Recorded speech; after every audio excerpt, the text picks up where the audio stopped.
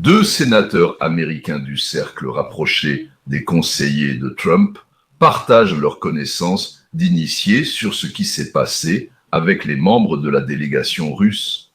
Également sur la réaction de la direction ukrainienne à tout ce qui s'est passé lors du sommet en Alaska.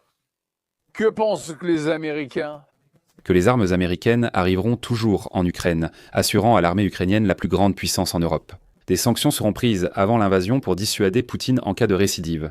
Des échanges de territoires sont prévus. On ne peut pas expulser chaque Russe. Ce sont les Ukrainiens et non les États-Unis qui concluront cet accord. Trump a lancé la fin de cette guerre. En ce moment, je n'ai jamais été aussi optimiste qu'aujourd'hui. Tom a raison, il n'y a pas de cessez-le-feu. Mais Trump a révélé, ce qui est inédit selon moi, que Poutine veut me voir, ainsi que Zelensky. Cela lance le processus de fin de la guerre.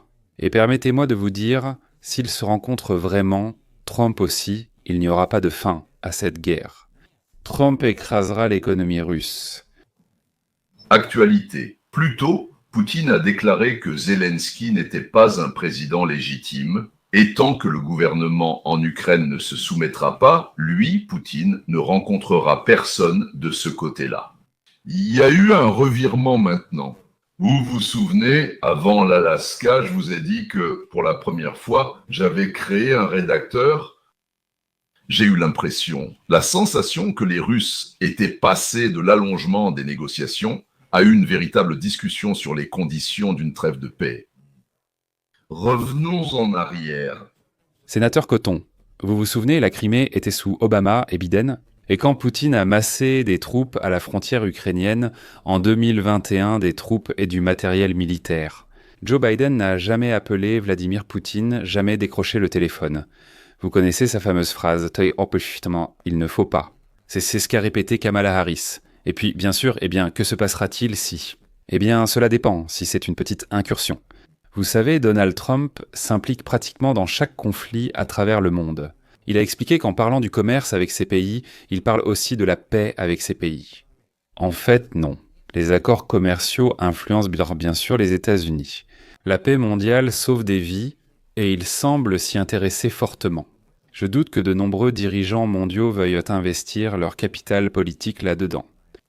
En fait, ce qui frappe, c'est la haine envers les États-Unis et Donald Trump. Du côté de l'Internet russo-ukrainien, disons, des utilisateurs ukrainiens et russophones d'Internet, oui, pour être plus précis, envers la seule personne sur la planète qui essaie d'établir la paix. Donald Trump a convaincu l'Inde et le Pakistan de ne pas se battre, la Thaïlande et le Cambodge, et il a mis fin à une guerre de 30 ans en Afrique. D'ailleurs, elle a coûté beaucoup plus de vies que l'Ukraine. 6 millions de personnes y sont mortes. Je parle du Congo et du Rwanda.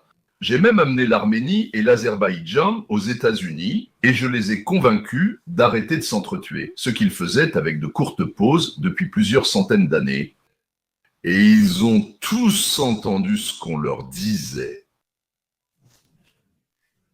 Mais les Ukrainiens et les Russes sont fiers que, selon eux, Trump ne pourra rien faire. Ils écrivent et disent ironiquement sur Internet « Alors, tu as arrêté notre guerre en 24 heures, hein ?» On a l'impression que c'est lui qui en a besoin, lui. Eh bien non, tu n'y arriveras pas. Tu ne peux pas l'arrêter, tu ne pourras pas. Ni en 24 heures, ni jamais. Oh merde, éditeur des sous-titres. D'ailleurs, des Ukrainiens m'écrivent souvent pour dire qu'ils veulent la fin de la guerre. Donc apparemment, j'ai tout mal compris. Là-bas, je parle de l'Amérique, peut-être que j'ai raison, mais quand je parle de la Russie et de l'Ukraine, je ne comprends rien à leur sujet. Et eux, ils sont d'accord pour la fin de la guerre, mais seulement si les Russes quittent tout leur territoire et paient des réparations. Et à la question... Et comment allez-vous obliger les Russes à quitter votre territoire et à vous payer ? On m'accuse de détester l'Ukraine, mais il y a généralement quelques commentaires à côté qui m'accusent aussi de détester la Russie. Et en dessous, quelqu'un absolument à chaque fois va forcément dire que je déteste aussi le Canada. Bon, revenons à l'Alaska. Poutine, donc il a lancé une autre bombe. Au fait, il a dit que si Trump avait été président à ce moment-là, il n'y aurait pas eu de guerre entre la Russie et l'Ukraine. Non, moi non plus. Je ne le pense pas. Sean, tu sais, la force et la détermination sont essentielles en politique étrangère et pour la sécurité nationale. Tu l'as bien dit. Vladimir Poutine a envahi l'Ukraine sous les présidences de Barack Obama puis de Joe Biden. Il semble qu'il fasse cela lorsque les démocrates sont au pouvoir, parce qu'ils sont faibles et indécis. Mais comme il l'a dit aujourd'hui, il ne l'a pas fait lors du premier mandat de Trump et prend Trump au sérieux aujourd'hui. Cette force et cette détermination sont nécessaires en Ukraine, en Iran, à Gaza et lors des négociations commerciales. Un président fort à la Maison-Blanche fait une vraie différence. Lindsay avoue. Quelque chose ressorte vraiment pour moi. Vladimir Poutine dit au monde que cette guerre n'aurait jamais eu lieu si Donald Trump avait été président. Donald Trump lui donne la note de 10-10. Emmanuel Macron. J'ai beaucoup retenu de cette interview.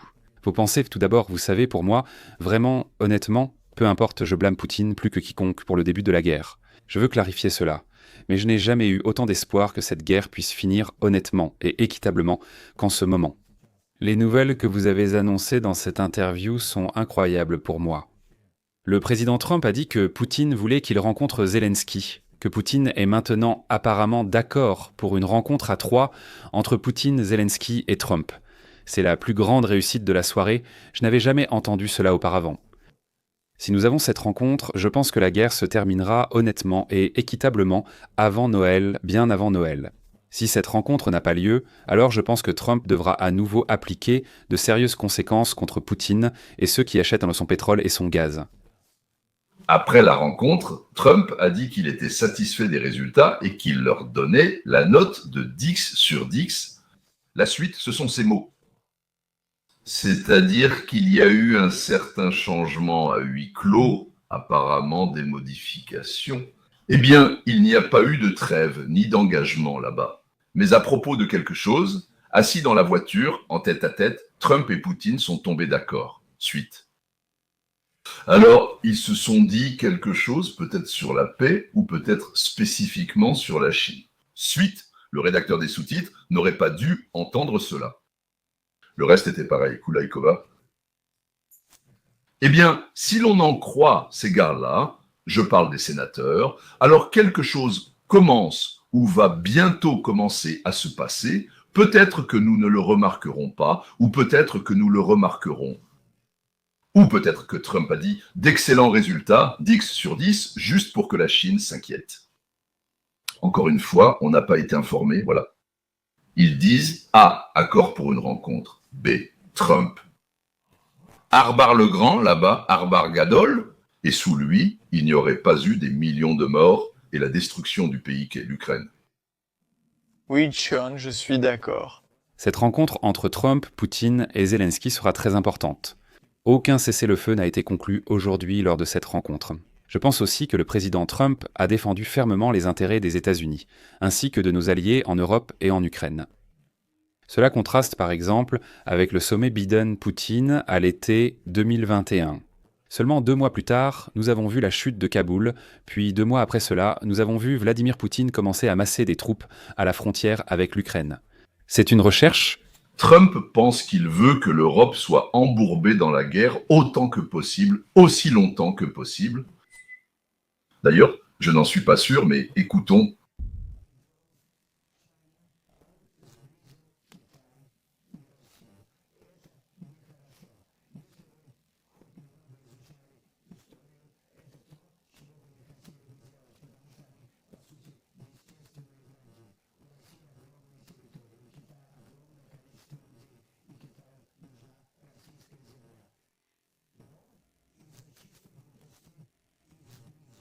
Le président Trump a accusé hier soir son prédécesseur d'avoir uni les ennemis naturels de la Chine et de la Russie. Comment réagissent actuellement la Chine et la Corée du Nord, également partenaires stratégiques de la Russie ? Nous invitons Gordon Chang, expert des affaires asiatiques et chercheur principal à l'Institut Gatestone. Ravi de vous voir. J'aimerais avoir votre avis maintenant, moins de 24 heures après la fin du sommet. Qu'est-ce que cela signifie potentiellement maintenant pour la Chine, pour la Corée du Nord, pour pour certains de ses alliés vers lesquels la Russie n'a vraiment eu d'autre choix que de se tourner, de compter sur eux et de renforcer ses relations. Depuis le début de la guerre en Ukraine et les accusations contre Vladimir Poutine à la Cour pénale internationale, qu'en pensez-vous ? Gordon Chang, auteur de nombreux livres sur la Chine, spécialiste de l'économie asiatique, de la politique asiatique, il est un historien bien connu, intervenant fréquemment sur différentes chaînes de télévision, rédacteur. Oui. Et la Chine ainsi que la Corée du Nord sont satisfaites du résultat de ce qui s'est passé à Anchorage. Les Nord-Coréens, ils aiment ça, parce qu'ils vendaient en des missiles balistiques à courte portée des obus d'artillerie et fournissaient bientôt des soldats. La guerre continuant et sans accord en Alaska, la Corée du Nord touche plus d'argent. Les Chinois, je pense, veulent aussi que cette guerre continue. Nous le savons parce que le ministre des Affaires étrangères, Wang Yi, a parlé avec le chef de la politique étrangère le 2 juillet, et, comme l'a rapporté le journal The Financial Times, Wang Yi a dit qu'il ne voulait pas que la Russie perde. Parce que si la Russie perd en Ukraine, alors les États-Unis se concentreront sur la Chine et l'Asie de l'Est. En extrapolant, si la paix revient en Ukraine, les États-Unis se focaliseront aussi sur la Chine en Asie. Je pense que les Chinois souhaitent beau la poursuite de cette guerre, car plus elle dure, plus ils sont satisfaits. Cet argument, selon lequel, si la guerre en Ukraine se termine, alors les États-Unis se concentreront sur la Chine, ne me paraît pas très solide. À mon avis, les États-Unis peuvent se concentrer sur plusieurs fronts à la fois. Mais peut-être que je n'ai pas compris ce que signifie détourner l'attention vers la Chine. À suivre. Et en effet, Quelques jours avant ce sommet, le 13 août à Pyongyang, Vladimir Poutine a parlé avec Kim Jong-un. Et qu'est-ce qui en est ressorti ? Il s'agissait surtout d'un communiqué sur la solidité de leurs liens, exprimant aussi de la gratitude pour le dévouement du personnel de l'armée populaire de Corée en Russie. Parce que la Corée du Nord envoie ses soldats là-bas pour aider la Russie dans sa lutte en Ukraine, car la Russie a perdu tellement de ses propres soldats. Et La Corée du Nord. la Corée du Nord est-elle le pays pouvant le plus tirer avantage du conflit entre la Russie et l'Ukraine ? Oui, c'est probablement vrai, car chaque soldat en Ukraine rapporte beaucoup d'argent à Pyongyang.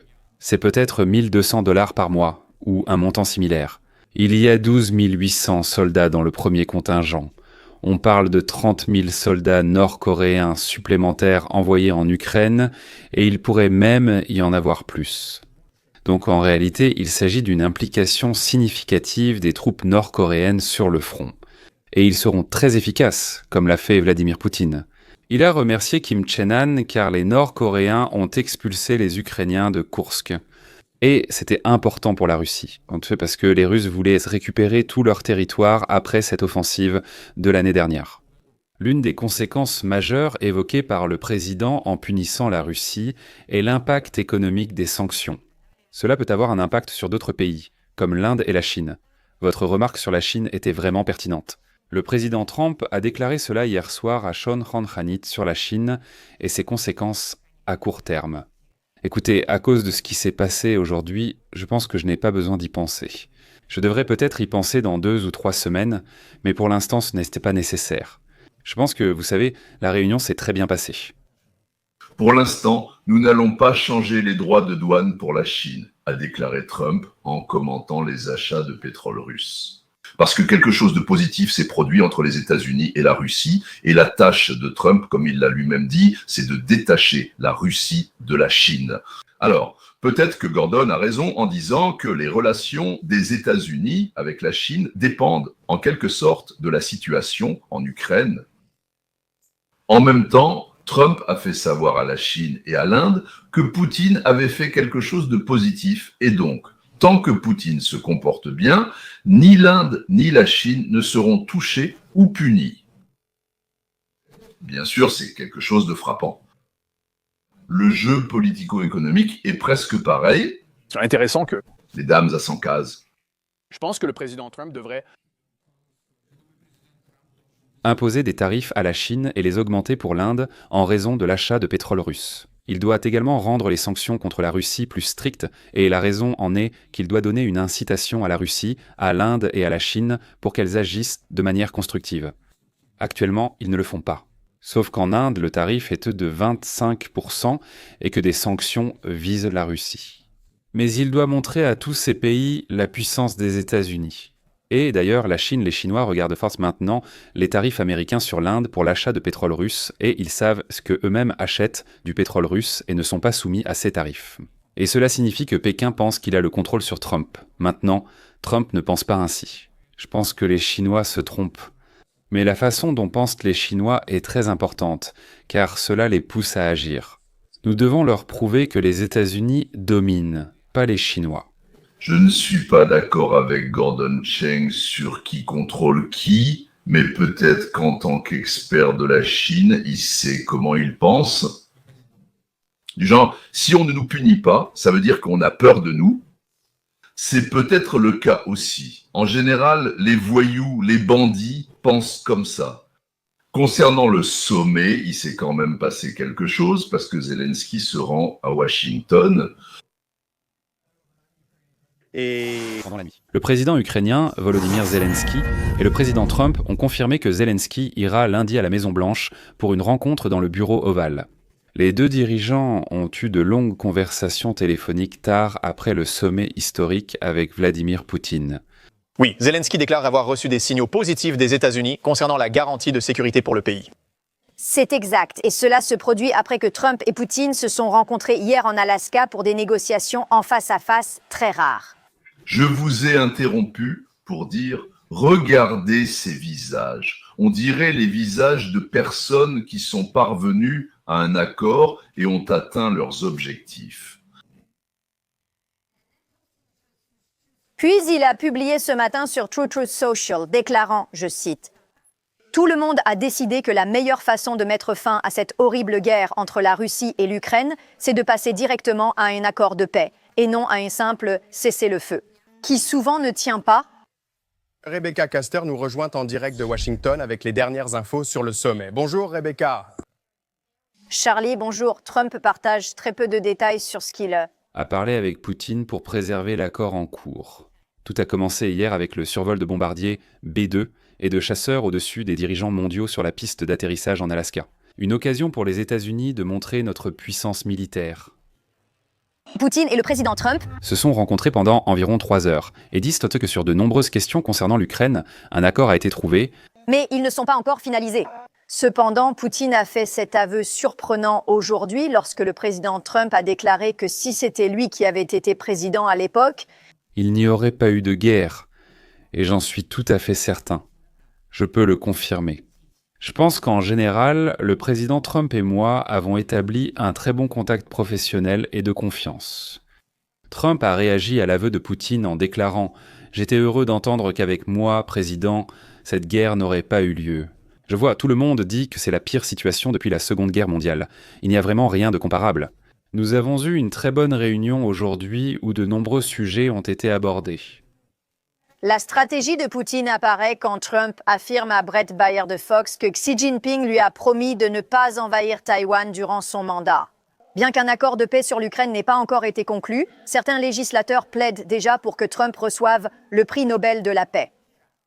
Le député Andy Ogles écrit « Aujourd'hui, le président Trump a réussi là où d'autres ont échoué, réunissant la Russie et les États-Unis pour négocier des accords d'Abraham à la Corée du Nord. Son accomplissement, c'est la paix par la force. Je prépare sa nomination au prix Nobel de la paix. Restez avec nous. Nous allons suivre de près pour voir si Trump pourra mener cela à terme. Je vous rends la parole, les amis. » Ce que j'aime dans cette interview, c'est que le président Trump aborde tout de suite l'éléphant dans la pièce, à savoir la Chine. Le véritable ennemi de l'Amérique dans cette situation. Et l'ironie, c'est que cette guerre les a unis. Avant d'aborder la partie sur la Chine, comme selon moi très importante, expliquons ce que c'est. L'interview avec notre Sean Hannity a eu lieu quelques minutes après cette réunion, dans la même pièce. Dès que les Russes, menés par Poutine, ont quitté la salle, Trump a commencé l'interview avec Sean Hannity et a partagé ses réflexions sur ce qui est au cœur du problème, à savoir la politique stupide des États-Unis a jeté Poutine dans les bras de Xi, c'est-à-dire du Parti communiste chinois, bien qu'ils soient, selon Trump, des ennemis naturels. Pourquoi ? La Chine a une population énorme, alors que la Russie a peu de gens par rapport à son territoire, et un territoire immense. La Chine s'intéresse de près aux minéraux russes et à d'autres ressources naturelles. Ils gardent un œil sur la Terre et surtout sur la Sibérie, qu'ils considèrent même comme la leur. Les premières rumeurs qui ont commencé à circuler parmi les Russes arrivés avec Poutine ont été rapportées par Steven Gardner. Je viens juste de regarder. L'une des interviews les plus incroyables que j'ai vues depuis longtemps, et aujourd'hui je veux en discuter avec vous. Nous découvrons maintenant comment Obama, Hillary Clinton et la CIA ont tenté de truquer les élections de 2016. Quand tout ne s'est pas passé comme prévu, ils ont essayé d'organiser un coup d'État pour renverser Donald Trump. Tout cela est un fait. Nous savons aussi qu'ils ont élaboré, organisé et tenté de truquer l'élection de 2024, mais personne ne parle de l'élection de 2020, même Donald Trump. Eh bien, aujourd'hui, je veux discuter de la façon dont le Venezuela, la Chine et la CIA sont probablement intervenus à travers le Covid et le vote par correspondance pour tenter de truquer les élections. Et saviez-vous que le président Trump a rencontré Vladimir Poutine hier ? Il lui a dit en privé « Si vous enquêtez sur le vote par correspondance en Amérique, vous découvrirez que l'élection a été truquée. » Je vais répéter. Van Corgi, Poutine aurait dit au président Trump que si tu creuses sur les élections de 2020, tu découvriras que la CIA, la Chine et le Venezuela ont réussi à falsifier les résultats des élections et à installer Biden. Belidolgo. Nous avons également appris, grâce à la documentation du FBI, qu'il savait que la Chine avait envoyé des centaines de milliers de faux permis de conduire, ainsi que des centaines de milliers de faux bulletins de vote, déjà remplis au nom de Joseph Robinette Biden. C'est vrai, on en a parlé, mais ensuite on s'est tu et on a un peu oublié. C'est une personne très intéressante, ayant travaillé dans le renseignement américain et sur de nombreuses affaires importantes. Il a également fondé d'énormes entreprises à succès valant des milliards. Dr Patrick M. Byrne, Patrick Byrne sur X. Deep Capture.com. Plusieurs grands films ont porté sur son travail et sa vie fascinante. Et je ne vais pas discuter de son, vous savez, long parcours académique, mais de tout le reste. Il est ici pour parler du Venezuela et de la façon dont cela est lié au plan général des démocrates pour voler.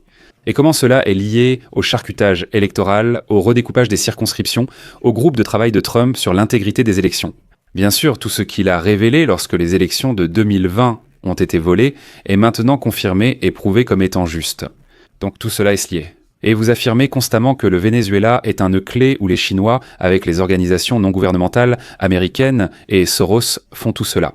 Doji a tout photographié grâce à ses intelligences artificielles. Tu es aussi un expert en informatique. Et ils ont prolongé cette période. Et maintenant, avec Maduro, ils ont augmenté la somme de 25 millions à 50 millions.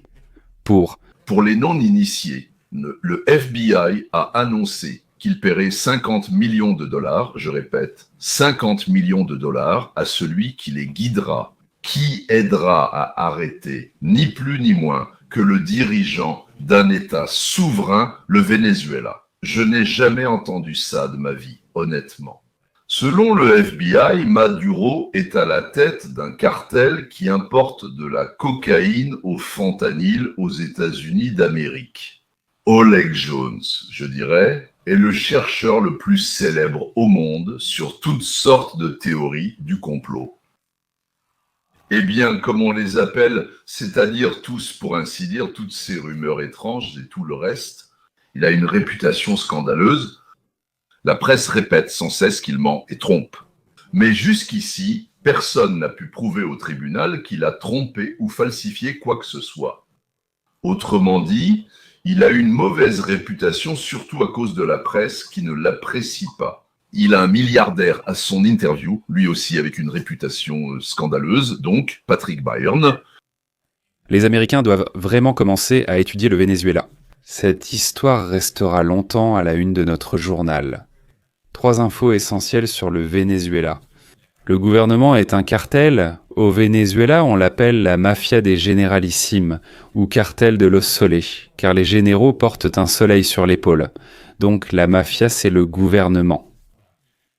Les 4 cartels mexicains sont comme des partenaires juniors. Ils ont donc pris le contrôle du Venezuela, qui détient les plus grandes réserves de pétrole mondial.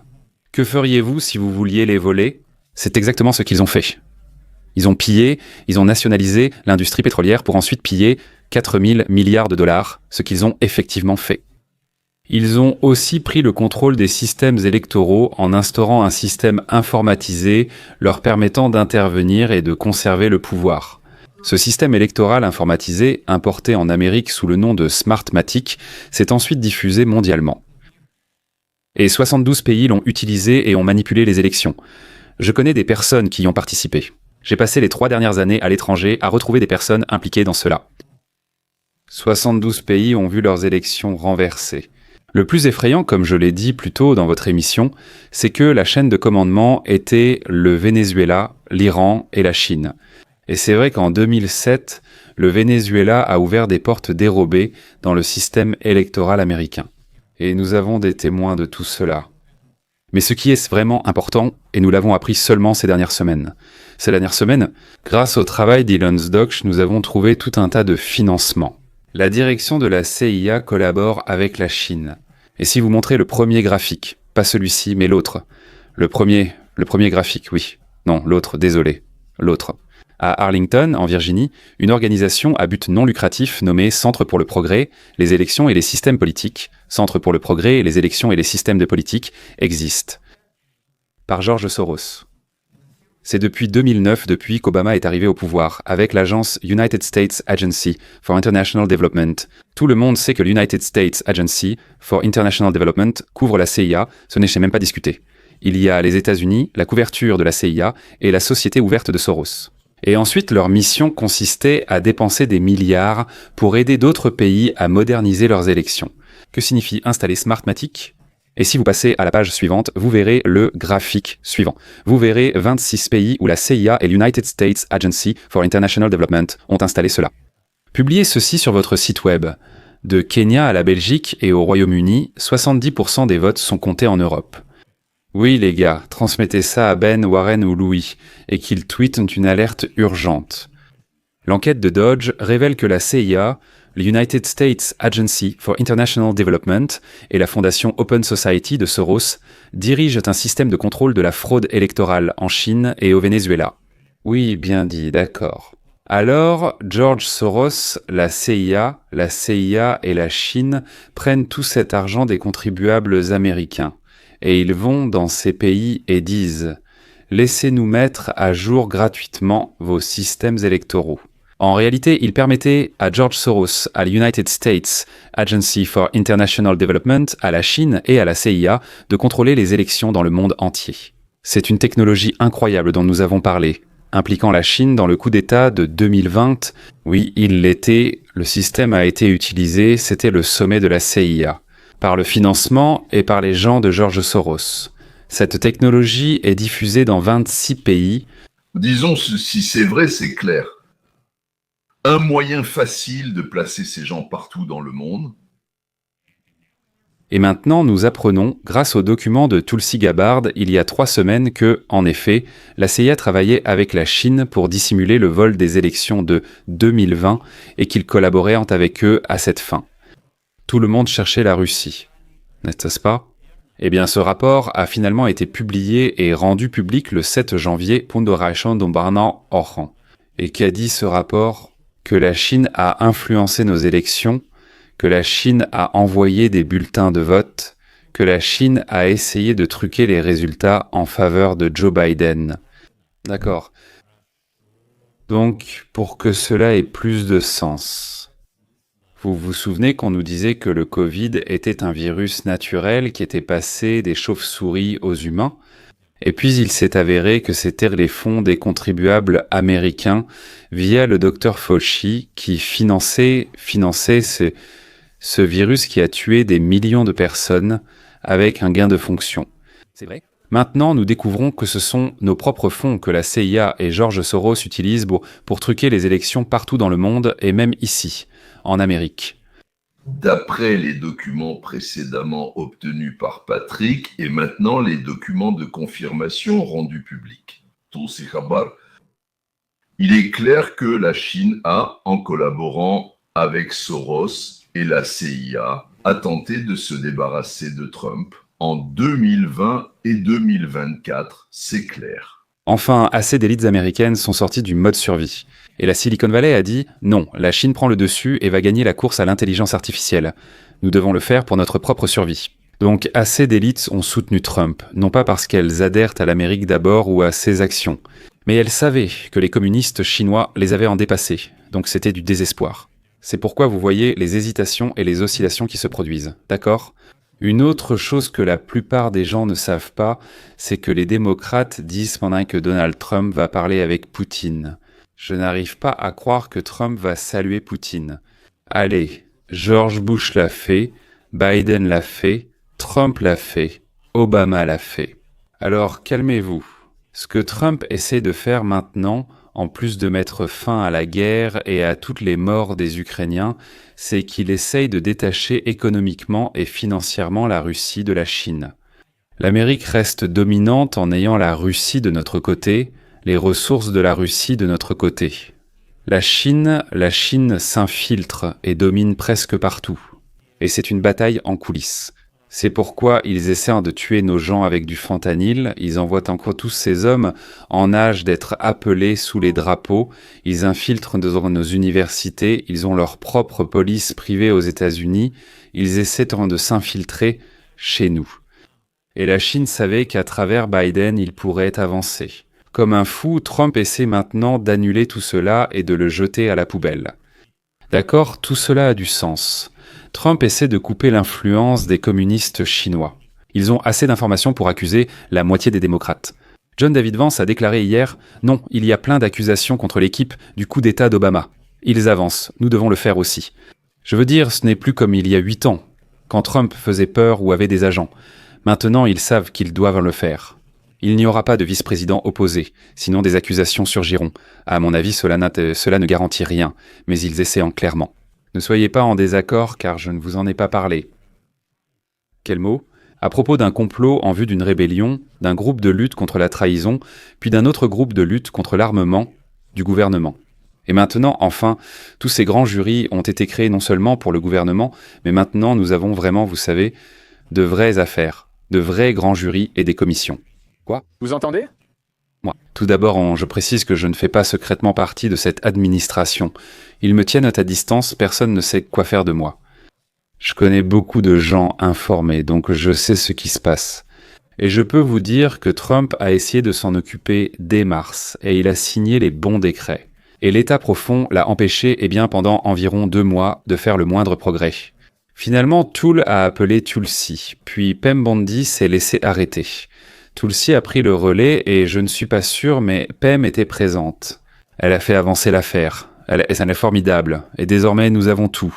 Elle a aussi transmis au pénal.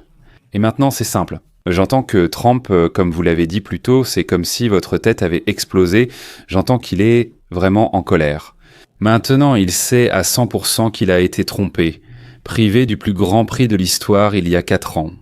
Et j'entends qu'il en a vraiment fini avec ces jeux. C'est vrai, souvenez-vous, je vous l'ai dit, les gars. Tout cela s'inscrit dans une seule histoire, c'est vrai, une histoire qui sonne bien.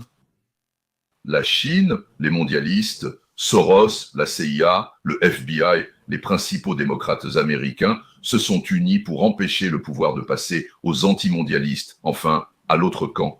Les antimondialistes l'appellent DACA. À ceux à qui ils prenaient de l'argent, à ceux qui sont la base de notre société moderne de production, de notre société productive. Trump a convoqué Zaretsky chez lui lundi.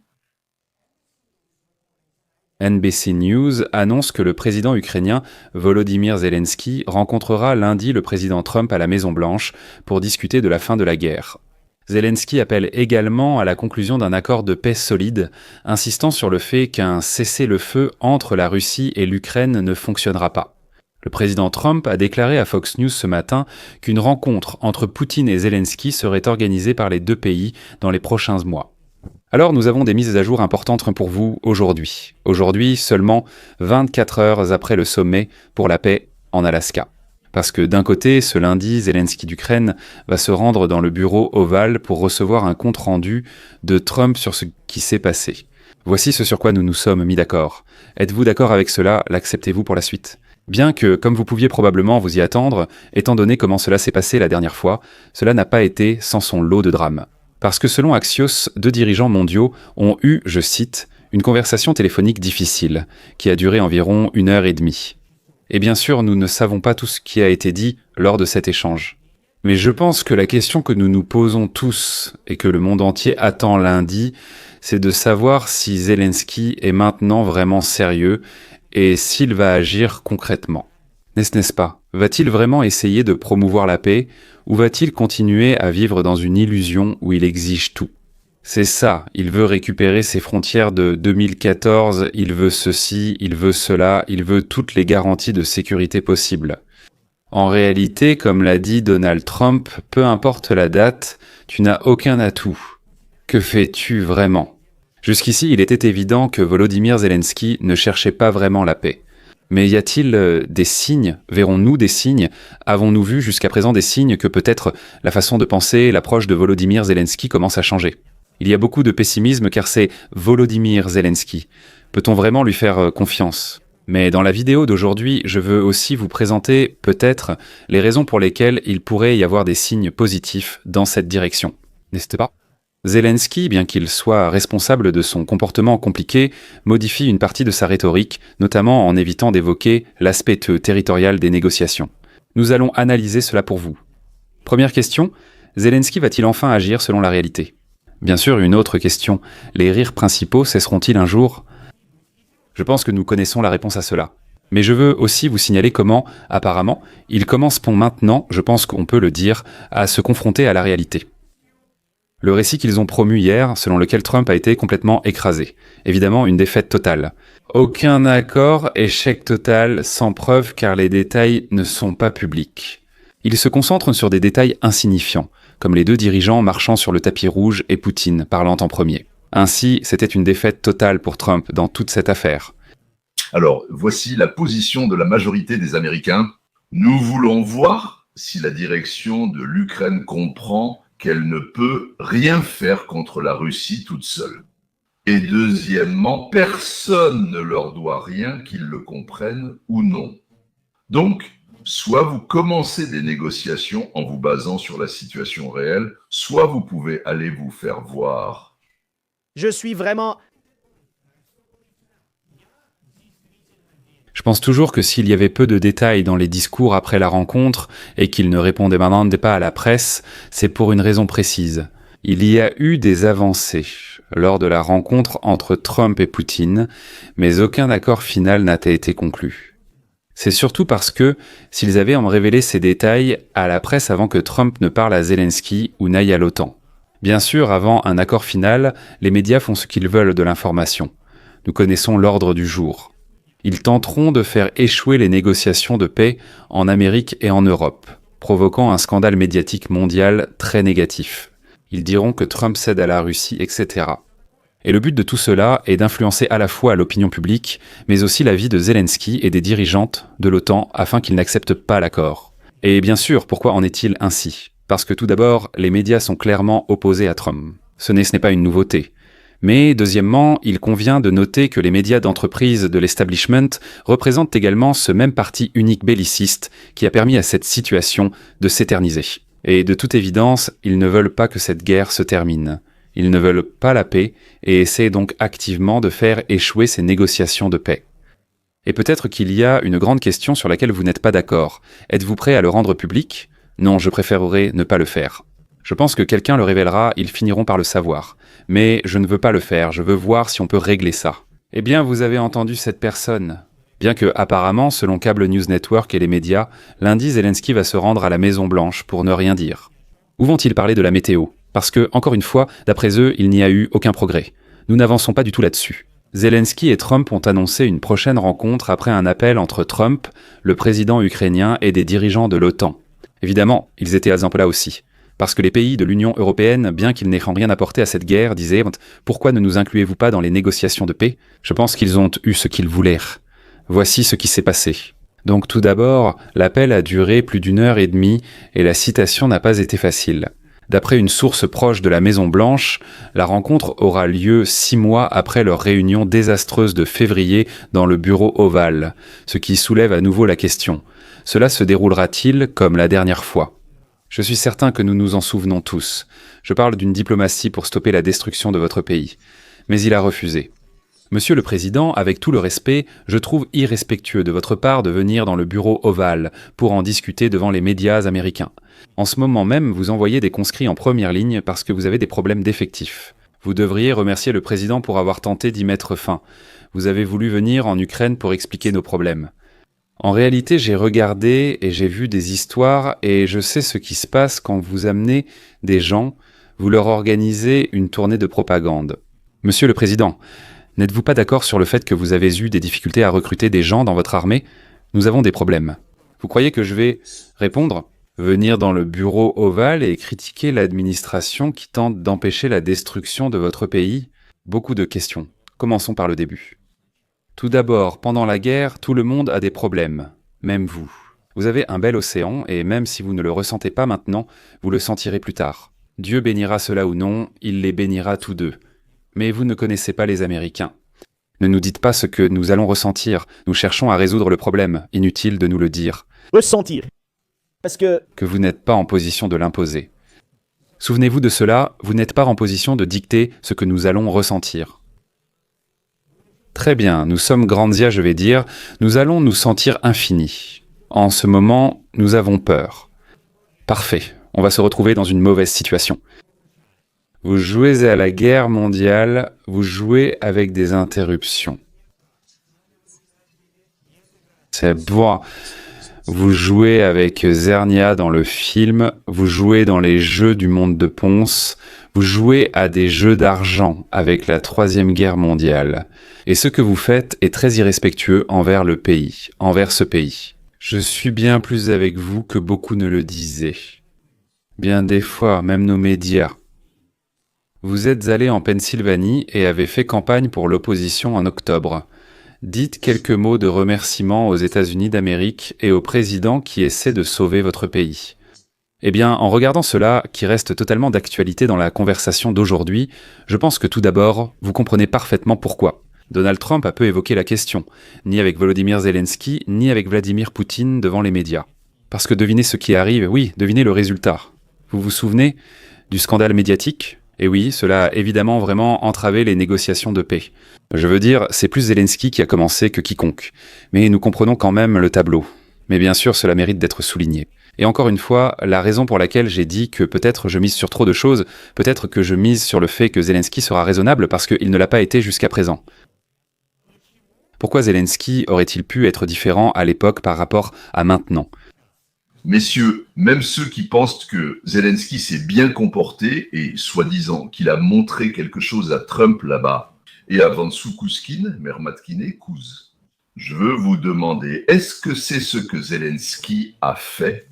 Oui. Est-ce que cela a tourné la situation de l'Ukraine dans une direction positive, une bonne direction, ou dans une direction négative pour l'Ukraine ? L'Ukraine a-t-elle reçu plus de soutien à la suite de cet épisode, ou moins ? C'est cela qu'il faut prendre comme principal critère pour évaluer la rencontre à la Maison-Blanche et, en fait, toutes les autres rencontres. La volonté de l'Amérique, des Américains, de la direction là-bas, etc., d'aider l'Ukraine a-t-elle augmenté ? La réponse est oui ou non. Quel succès est-ce donc ? De quoi peut-on être fier ici ? Qu'a commencé à faire Vladimir Alexandrovitch Aussitôt après avoir décollé de Washington, il s'est précipité en Europe. À l'aide, c'est un succès. Mais que s'est-il passé lors de cette rencontre ? Que s'est-il passé ? Lors de cette rencontre, il s'est passé que Zelensky a rapidement compris que Malgré toute leur rhétorique bruyante et dure, aucun de ces pays de l'Union européenne, comme Trump le souligne constamment, n'alloue de fonds sérieux à la défense. Ils sont avares et ne pourront financer la défense de l'Ukraine sans les États-Unis. C'était samedi, et c'est pour cette raison que dimanche, Zelensky a présenté des excuses officielles à Trump pour ce qui s'est passé.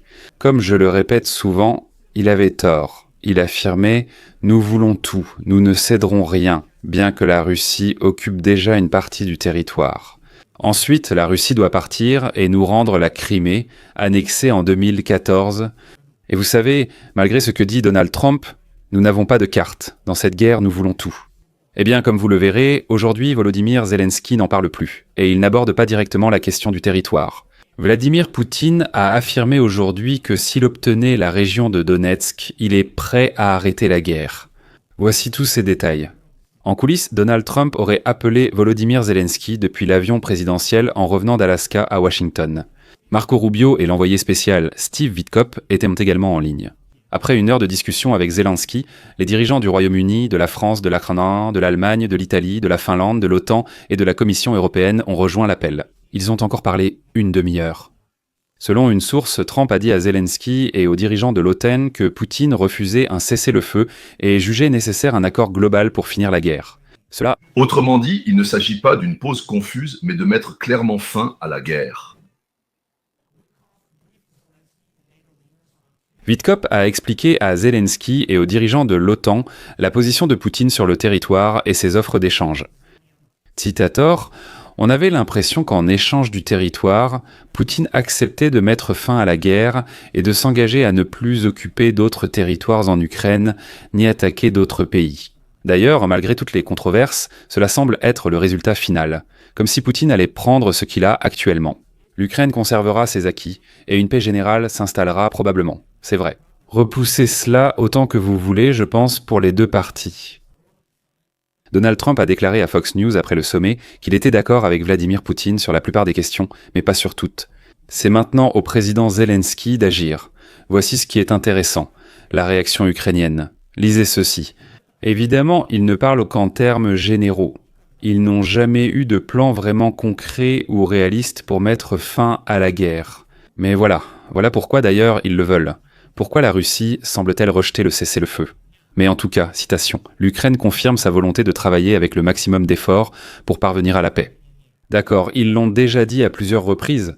Cependant, ce qui est intéressant dans cette déclaration, c'est qu'il est important que la puissance de l'Amérique influence l'évolution de la situation. Nous soutenons la proposition du président Trump pour une rencontre trilatérale entre l'Ukraine, les États-Unis et la Russie, a déclaré Zelensky après l'appel. C'est intéressant, non ? Maintenant, Zelensky affirme ne pas s'opposer à une rencontre avec Poutine. C'est différent de, évidemment, quelque chose de complet, comme de tout. Comme nous ne dirons jamais, nous ne communiquerons jamais avec les envahisseurs, les impérialistes et tout ce style que vous avez vu auparavant. Vous voyez de quoi je parle ? Encore une fois, je ne dis pas que ce sera facile, mais vous commencez à voir comment cet imbécile égaré revient un peu sur Terre. Donc c'est intéressant. Dans tous les commentaires entendus, on parle de ceci, de cela, des garanties de sécurité. Notez que Zelensky n'a pas parlé du territoire. Vous l'avez remarqué ? C'est mon point de vue, non ? Parce que de nombreuses fois, il a dit exactement cela. C'est vrai. Nous voulons tout récupérer, vous savez. Nous voulons nos frontières complètes, celles de 2014, tout ça. Ils nous ont envahis. Surtout, même lors de cette réunion dans le bureau ovale, Zelensky n'a pas mentionné la question du territoire. Il ne l'a même pas dit ici. Bien sûr, il y a beaucoup de discours politiques ici. Mais toute l'attention est maintenant concentrée sur les soi-disant garanties de sécurité. À mon avis, cela suggère que Zelensky pense désormais qu'il faut cesser de se faire des illusions. Le mieux que tu puisses espérer, c'est de ne pas perdre trop de ton territoire et d'obtenir, bien sûr, tes soi-disant garanties de sécurité. Pour éviter une autre guerre. C'est dans l'intérêt de tous. Je pense qu'il est temps de s'arrêter ici. La principale conclusion est que la Russie est prête à arrêter la guerre en obtenant un certain morceau de territoire. Deuxièmement, l'Ukraine accepte de céder une partie, peut-être réduite, de son territoire contre des garanties de sécurité. Troisièmement, Poutine et Zelensky ne refusent plus de se rencontrer et y sont désormais favorables.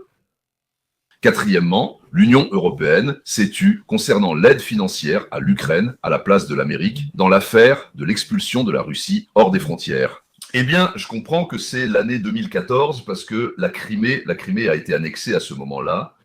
Autrement dit, il semble que tout le monde soit satisfait de ce schéma d'accord de paix. Mais, naturellement, les détails doivent être discutés, bien sûr. C'est sur les détails que tout va se jouer. Eh bien, le diable est dans les détails, comme on dit. Il s'agit des frontières et du droit de l'Ukraine à une armée.